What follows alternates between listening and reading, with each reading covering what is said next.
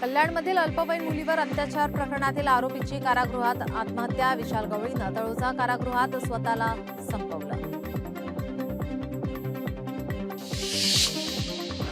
पश्चिम रेल्वेवर माहीम वांद्रे स्थानकादरम्यान रात्रकालीन mega block. विरारहून चर्चगेटकडे जाणाऱ्या लोकल अंधेरीपर्यंत सुरू. 15 ते 20 मिनिटं उशिरा लोकल असल्यामुळे प्रवाशांचे हाल. एल्फिस्टन पूल 2 वर्षांसाठी राहणार बंद. हरकती न आल्यास 15 एप्रिलपासून वाहतूक बंद. एल्फिस्टन पुलाच्या पुनर्बांधणीचं काम होणार सुरू.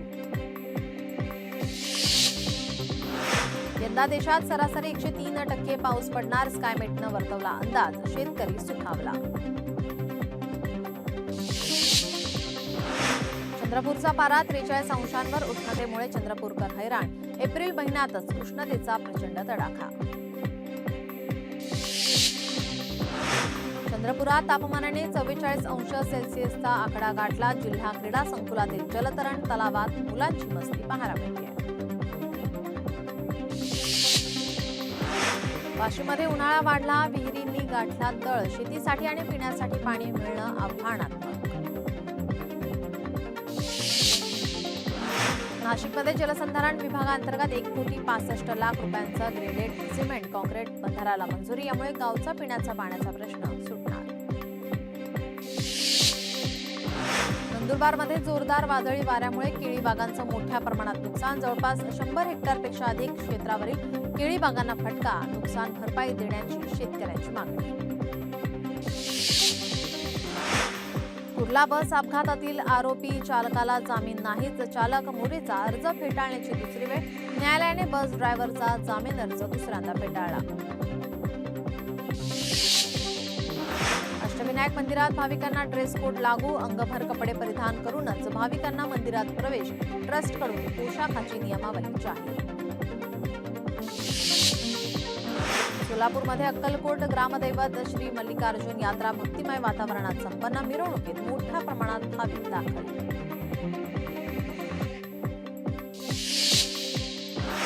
खानदेश कुलस्वामिनी श्री एकविरा देवीच्या रथोत्सवाला सुरुवात. ठिकठिकाणी देवीच्या रथाचं होणार जंगी स्वागत.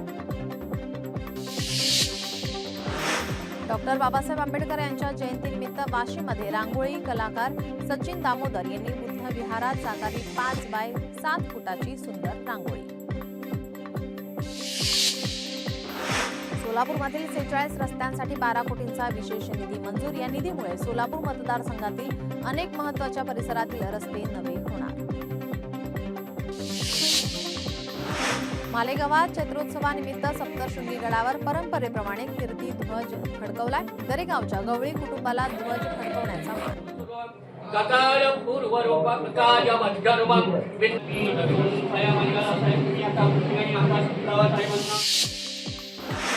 बदलापूरमध्ये उल्हास नदीला पुन्हा जलपर्णीचा विळखा. नदीच्या प्रदूषणात दिवसेंदिवस वाढ. बीडमधील घाटशीळ पारगावमध्ये भाऊ महाराजांचा 90वा नारळी सप्ताहात हेलिकॉप्टरनं पुष्पवृष्टी. पहिल्याच दिवशी हजारो भाविकांची हजेरी.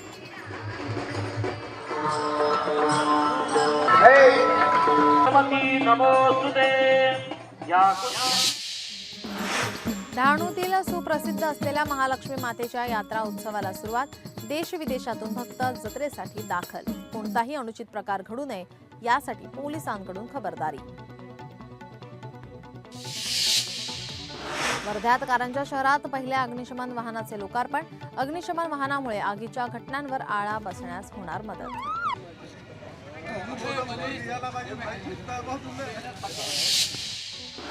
नांदेडमध्ये प्रदूषणमुक्त वातावरणात अंत्यसंस्कार होण्यासाठी गॅस दाहिनीचे काम सुरू. गोवर्धन घाट आणि सिडको स्मशानभूमीत गॅस दाहिनीचे काम लवकर होणार पूर्ण. सोलापूरमध्ये गॅसच्या तस्करीबाबत टेंभुर्णी पोलिसांची चौकशी करावी. माजी सभापती संजय पाटील यांची पोलीस अधीक्षक यांच्याकडे मागणी. अमरावती जिल्हा परिषदेला प्राप्त झालेल्या 5 शववाहिका धुळखात. नागरिकांकडून रोष व्यक्त.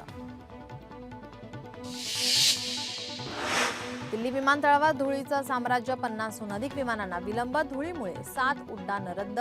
प्रवाशांची गैरसोय.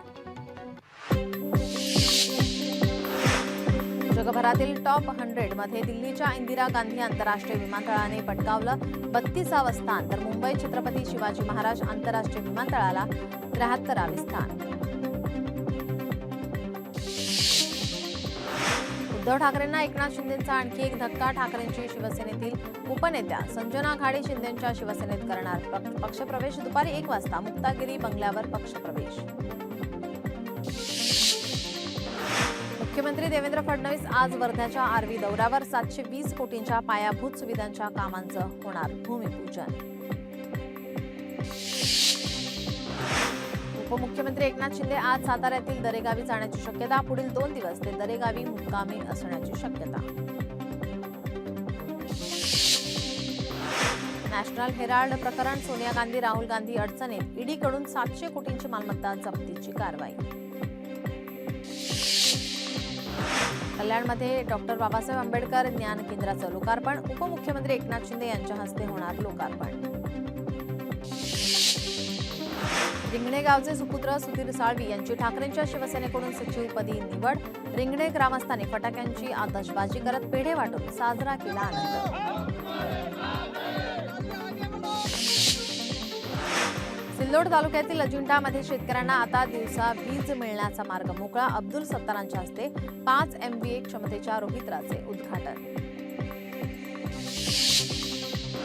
कराडचे आमदार डॉक्टर अतुल भोसले यांच्याकडून निराधार मुलांना आर्थिक मदत. आमदारकीच्या पहिल्या मानधनातून केलं अर्थसहाय्य.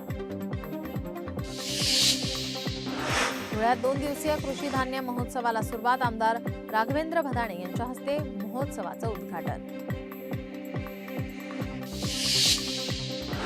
सांगलीत पोलिसांकडून 813 किलोचा एकूण 84 लाखांचा अंमली पदार्थांचा साठा जप्त. कोकेन, ब्राऊन शुगरचा समावेश. छत्रपती संभाजीनगरमध्ये मोटरसायकल चोर अटकेत. 20 वाहनं जप्त. सिडको पोलीस ठाण्यात गुन्हा दाखल. सोलापूरमध्ये मोटरसायकल चोरी करणाऱ्या चोरट्याला अटक. आरोपीकडून 4 मोटरसायकल आणि 90,000 रुपयांचा मुद्देमाल जप्त. अकोल्यात एका वयोवृद्ध व्यक्तीची बॅग बळजबरीने हिसकावून पळून जाणाऱ्या आरोपींना अटक. चोरी केलेला मुद्देमाल हस्तगत. 24 तासात पोलिसांनी आवळल्या मुसक्या. हिंगोली चोरीची घटना टाळण्यासाठी चेहरा लपवून खरेदी करणाऱ्या ग्राहकांची चौकशी करा. पोलीस अधीक्षक श्रीकृष्ण कोकाटेंचं व्यापाऱ्यांना आवाहन. उत्तर प्रदेशमध्ये बोगस डॉक्टरकडून हजारो शस्त्रक्रिया. मिशनरी रुग्णालयात 7 रुग्णांच्या मृत्यूनंतर बाब समोर. बोगस डॉक्टर नरेंद्रवर फसवणुकीचा गुन्हा दाखल. नाशिकच्या सातपूर परिसरातील धक्कादायक घटना. भांडण सोडवण्यासाठी गेलेल्या रिक्षा चालकाची हत्या. चालकाचा टोळक्याने केलेल्या हल्ल्यात मृत्यू. पोलिसांकडून 4 आरोपींना अटक.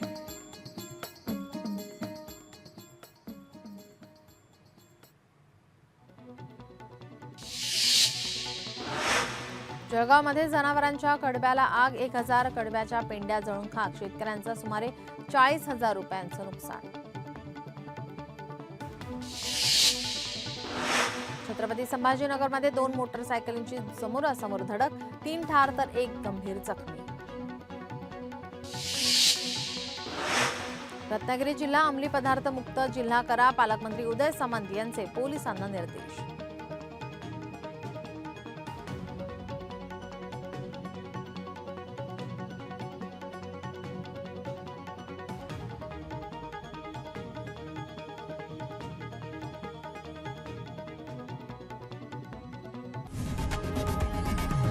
लोकशाही मराठी ऐका, पहा, जागरूक रहा.